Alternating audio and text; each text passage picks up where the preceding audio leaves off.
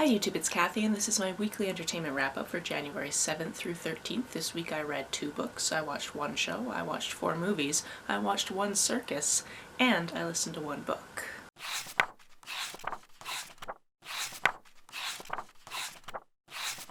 This was quite a lovely week and I can't wait to tell you about it, but I wanted to let you know that later this evening, Chad and I are actually escaping to a cabin in the woods for a few days, so if I don't get back to your comment like I usually do pretty quickly, that's why. We don't have cell service, we don't have the internet, we just have a cabin in the woods with the ocean and a hot tub, and hopefully it might snow again, because if it's gonna snow in January where we live, it might as well snow while we're in a hot tub. The first book that I finished this week is Ink and Sigil. As I understand it, this is part of a bigger book series. It's like an offshoot of a different book series that I haven't read, but you do not need to because this is absolutely delightful and I think it might be the first in its own dedicated series within this bigger world. Our main character is Aloysius McFarish. He is 63 years old, if I remember correctly, and he works as a sigil agent in Glasgow, Scotland. I almost said Edinburgh because Edinburgh is my favorite, but no, he works in Glasgow. He does go to Edinburgh in this, though. And what that essentially means is he is highly skilled in writing these things called sigils, which let people do certain magical things. And he's kind of a border agent between our world and the Fae world, and if the Fae want to come onto Earth, they have to have contracts and all of these different types of things, and he is the agent for basically all of Europe. As we meet him, he's going to the flat of his apprentice who has just recently died, and this is really not great because this is the 7th apprentice he's had who has just up and died on him. And they've all been different sorts of accidents. Additionally, we come to learn that Al has actually been cursed, so if he speaks out loud to people too many times, they actually end up hating him, which is how he lost some friends and family. That means in this book he relies heavily on a text-to-speech app that he uses with the people he doesn't want to lose in his life. Everything gets turned sideways when he's going through this room in Gordy's flat and finds that he's hiding a hobgoblin in there who he plans to traffic. From there, Al has to figure out what the heck is going on, who is behind it, and if he can stop it. I really liked this. Not only is it set in Scotland, which is kind of my favorite place, although Edinburgh is the one I'm more familiar with, but it's also written with the Scots dialect in mind, which is just so fantastic to read on the page because you can just hear the voices in your head while you're reading it. Additionally, all of the characters were just so interesting. For example, he has this manager named Nadia who works at his printing press, which is basically his cover job, and he got her to work for him because not only does she have a degree that has something to do with business, I think it was to do with accounting, but she also has this thing called battle sight, which basically means that she can look ahead in a fight and know what's going to happen, and she reacts naturally because of that. And he actually finds her in an underground fight, her very first underground fight, where she walked away without a scratch on her and won 3 fights in a row. Everyone in this world is so interesting. The way they interact with each other is so interesting, and I am really excited to continue reading this. I don't know if the next book is out. I haven't even checked yet, but I know I want to read more. The other physical book I read this week is one called Frindle. This is a kid's book I had never actually heard of before until I saw Ashley on The Bookish Realm talk about it in one of her videos a couple of years ago, which prompted me to put it on my 40 before 40 TBR. If you're not aware of that TBR, it's pretty self-explanatory. It's 40 books that I'm going to read before I'm 40. Unfortunately, there is a slight problem with that TBR at the moment because I only ever got it up to 39 books in the first place, so I need to fill that last spot.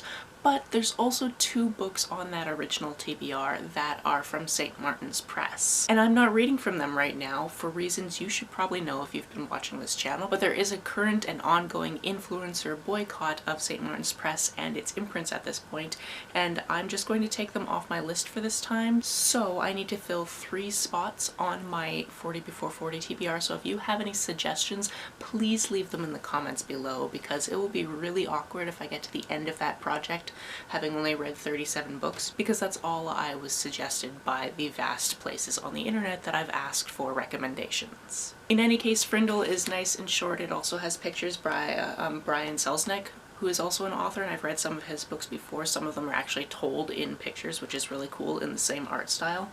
But this is about a boy who is kind of a little bit of a shit disturber in class. Like, he knows how to get teachers talking so they don't actually remember to give out homework, but when he gets to the 5th grade, he meets this adversary named Mrs. Granger. He basically tries to make it so they don't get homework on the first day, and she sees right through him and instead gives him his own assignment to figure out what the history of dictionaries is. He goes home to do this assignment and realizes that he can make this assignment waste a lot of time in the class the next day, so he just keeps going on about all the things he learned about dictionaries. She shuts him down again, and basically during this exchange says something to the effect of, the people in the society decide what words mean. This kind of sticks in the back of his head, so when he's walking home one day with one of his friends and he sees a pen on the side of the road, he decides it's not called a pen, it's called a frindle. And then a whole language war erupts in his school and then eventually in the nation when he starts calling it a frindle. He gets everyone he knows to start calling it a frindle, and the teacher really wants people to just call it what it is, a pen.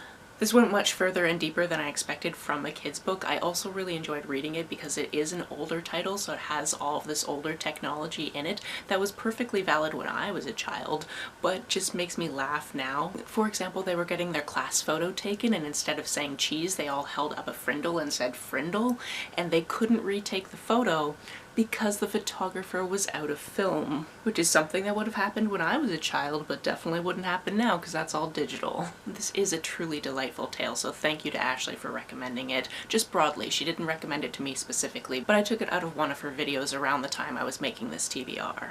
On to the one show I watched. You can probably guess that it was Taskmaster, and it was delightful. We are still in the 10th season. We have 2 episodes to go until the end of this season. And like I've said before, this is just a delightful show. It's just so fun to watch. It's so fun to figure out who you think is going to be the person that the episode is named after, because every episode is named after something that is said in the episode. And it's just a really fun, wholesome, lovely time. On to the movies I watched. I watched My Best Friend's Exorcism, which is an adaptation of the Grady Hendrix book. I didn't realize that this had been adapted, so I was like, perfect. I remember reading that book, I remember liking that book, let's watch this movie, and I was entertained. Essentially, this is about 2 girls, they're best friends, and one day they go to a cabin in the woods with a couple of other friends, and then when one of them wanders off, the other one comes and finds her, they find this creepy house, they go into it, and things happen. After that, it's decided that one of them actually requires an exorcism. This was delightful and honestly all I wanted out of it. It's full of nostalgia because it's set, I believe, in the 90s, so it's kind of that era, and it's just a good time. Next on date night, we went to the movie theater and we watched Mean Girls, and even though I told him ahead of time, Chad forgot that this adaptation is the adaptation of the musical, so as soon as they started singing, he was like, oh wait, is this a musical? And I was like, yes it is. Also, I don't really blame him, even though I did tell him it was a musical, because all of the advertisements for this don't really tell you that it's a musical, so I'm sure there's a lot of people that have gone to it expecting a shot-for-shot remake of the one from like 20 years ago, and then realized that, oh no, this is an adaptation of the musical. I found the music pretty good. I had never heard the music from this musical before. I enjoyed it. I enjoyed seeing certain people come back and reprise their roles, and of course there was one cameo that I just did not see coming and just really appreciated that. I also really enjoyed how the queer characters in this one are explicitly queer, because in the first version of this story we have the Janice character and it's like, well, did Regina just say that she's a lesbian and she's not actually, or is she in fact a lesbian? There was this kind of gray area about that, whereas in this one it's like, no, she's definitely into ladies. I just appreciated that it was more queer, it had people of color, the dancing and the music was great. I enjoyed it. That night we also watched Kung Fu Hustle, which is an absolutely ridiculous movie that if you don't speak that language, you're gonna watch it in subtitles or you're gonna watch it dubbed. We watched it with subtitles, and it's basically about this one gang in the area and a couple of guys that want to get into that gang and pretend to be in that gang. If things go down, they need backup, and there's this small area where the gang comes to attack, and then we find out that there are a couple of people that are basically Kung Fu masters that live there, but nobody really knew about it ahead of time, and it's basically all this warring back and forth, but it's done in a very comedic style. So they actually use CGI to like stretch people's limbs and do these ridiculous things, and it's just really an interesting time because you're like, wait, what? This shouldn't work, but it does. The final movie I watched this week was last night, and that was The Thing About Harry. I had never heard about this movie previous to this week, but I found out about it, found out that it stars 2 people that I really like from Grey's Anatomy, and was like, yeah, I need to watch that. Essentially, this is a hate-to-love romance between Sam, aka the guy that plays Schmidt on Grey's Anatomy, and this guy that used to torment him in high school, who is named Harry, aka Adams on Grey's Anatomy. In the most recent season. If you haven't seen the most recent season, you don't know this character. Basically, Sam has had some heartache in his time, so he's a very guarded character, and he's supposed to be going to this engagement party, and his friends call him and say, hey, can you give Harry a ride? Because you're the only person in the same city as him coming back, and he needs a ride, and that would be really great. And he's just like, Harry literally made high school hell for me though, because he gave me this really bad nickname that people used until the end of high school, and like,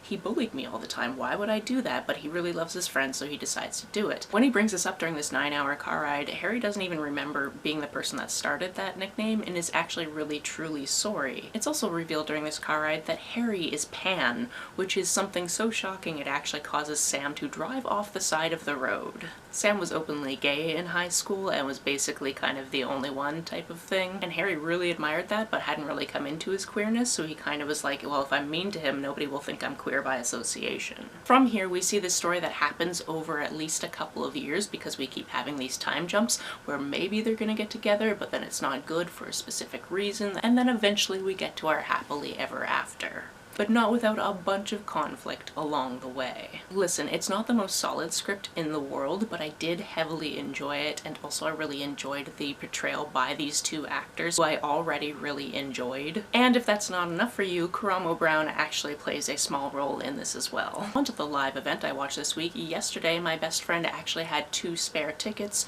to Cirque du Soleil Corteo, so Chad and I were privileged enough to go to that, and it was just wonderful. I have seen one Cirque du Soleil before, and that's when I was on a class trip to Las Vegas. That one was Ka. That was amazing because it's in its own dedicated theater, so they can do more with the stage. However, I was pleasantly surprised with how much they were able to do with this traveling stage. Every Cirque du Soleil show has a different theme and has a different plot to it, but it's not something you need to especially follow. This one kind of opens with this guy being like, I dreamed I was at my own funeral, and then there's all these acrobats doing these different cool things apparently at his funeral. You don't really need to care about that because the plot basically just carries through these different little vignettes while the other people are changing into different costumes and getting ready to go back on stage and do amazing things. Needless to say, I was incredibly impressed several times with the different acrobatic tricks that were going on. We had people doing flying trapeze, we had somebody who was suspended by helium balloons, we had hoops, we had silks, we had somebody who was pole dancing, and how do you make that even more dangerous impressive?